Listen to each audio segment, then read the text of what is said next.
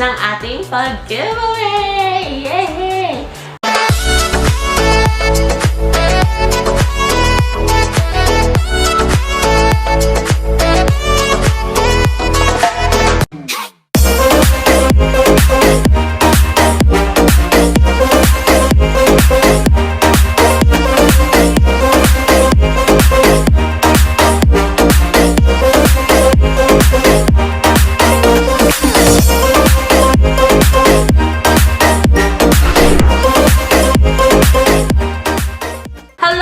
Welcome back to my YouTube channel, and as what you can see, napaka-colorful ng aura natin ngayon. Opo, napaka-colorful ng aura because today is actually the very first episode ng aking music makeup serye. So in this series, you will be able to see yung mga makeup na inspired doon sa mga music videos na nakikita natin, whether it may be K-pop, OPM, kahit saan. And for today's video, we are doing Tandingan's makeup look doon sa kanyang latest single na Imposible, Imposible, sa pelikula lang yan nangyayari. Ganon.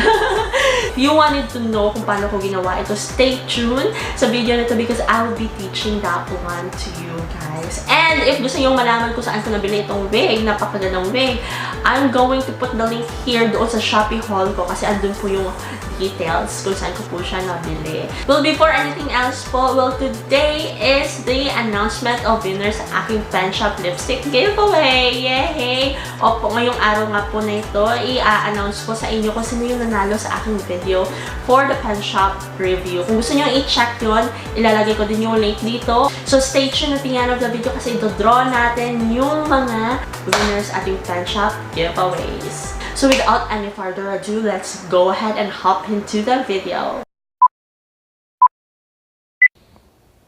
Alright, so let's start with the primer. The primer that I am currently using is the No Shine Mattifying Primer from Quick Effects. Alam nyo, napakamura lang nito and they have a sachet variant dito sa Watsons. So when you go to Watsons, hanapin nyo to. So now we are using a foundation from Maybelline Fit Me Foundation in the shade 310, and I'm just gonna use a damp sponge to blend this all out. Alam nyo guys, supposedly hindi naman sana ito voice-over video. It's just that when I recorded or filmed this, hindi ko pala na-on yung microphone ko, so hindi na-record yung audio. So sorry for that. And just a disclaimer guys, I'm not really a professional makeup artist. I'm just playing around with my makeup. If hindi perfect yung makeup ko, pagpasensyaan nyo na. Now, let's proceed with the concealer. I'm currently using the Fit Me Concealer in the shade Medium.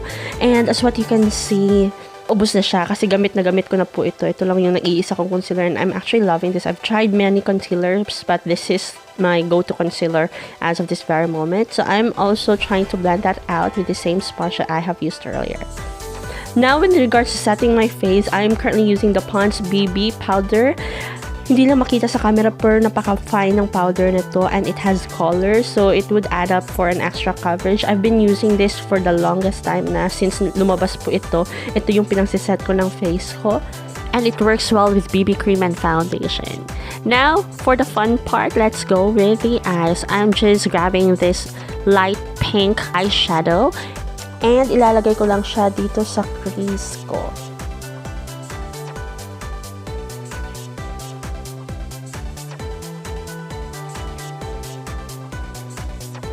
Ayan, maganda na ba? Now, I'm just trying to get the blending brush because the brush I have used didn't really do wonders. So, i-blend in ko na lang siya to remove the harsh edges ng ating eyeshadow.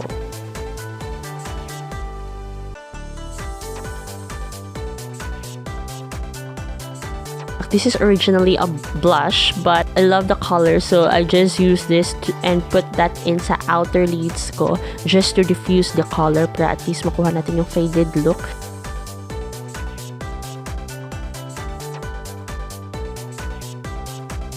Ayan.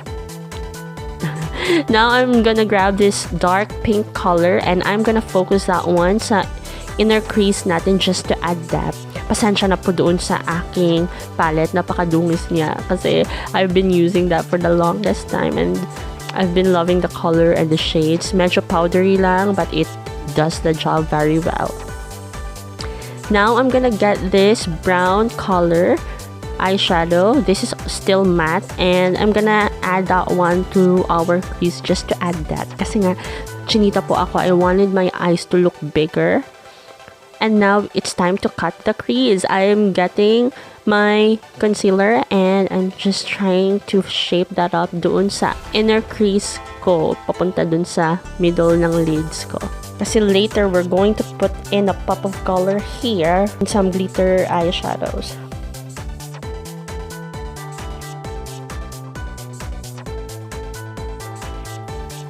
Now, let's take this rose gold na kulay na may shimmer and I'm gonna top that in doon sa nilagyan natin ng concealer just to add color and shine sa ating mata.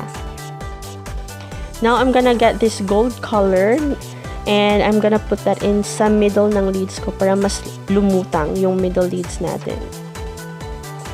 And now, I'm just trying to blend all the colors in.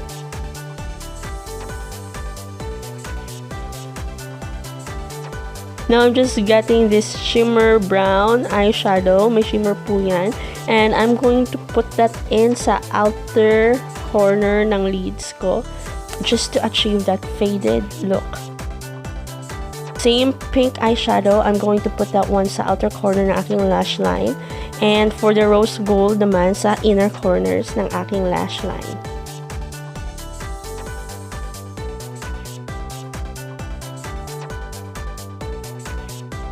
Alright, we're almost done with our eye makeup. Nilagay ko na yung mascara and yung eyeliners ko, and also I finished the other eye. Now, let's proceed with the eyebrows.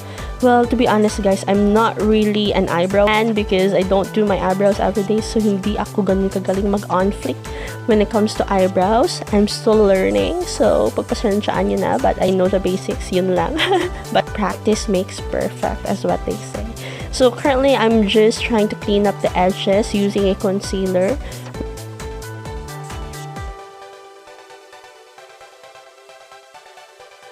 And since nilagyan natin ng concealer yung eyebrows, I'm just trying to blend that in.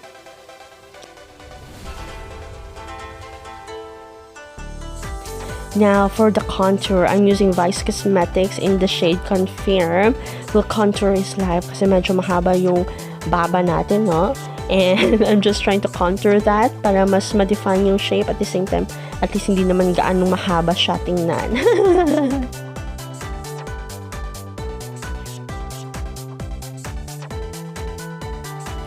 And of course, wag natin kalimutan ang ating nose. I'm also trying to contour the nose using the same palette kasi hindi po tayo biniyayaan ng magandang ilong. So, sa makeup na lang tayo kumapit, ganon.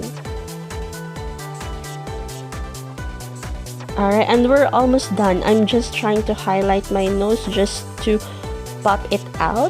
Now, for the blush, I'm using the same blush yung ginamit natin sa mata, and I'm putting that in and some highlighters as well sa cheeks natin. To finish the look, I am actually putting in a bright fuchsia pink liquid lipstick. And after this, I'm gonna pop in my wig and gonna show you my final look.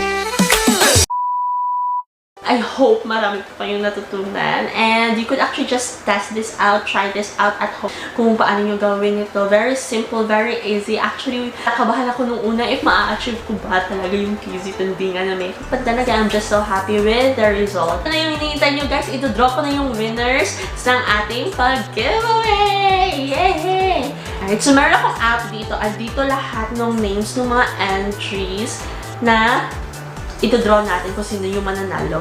So, I'm gonna go ahead and draw this out. I'm gonna pick 2 winners for the lipsticks and hopefully manalo kayo. Good luck!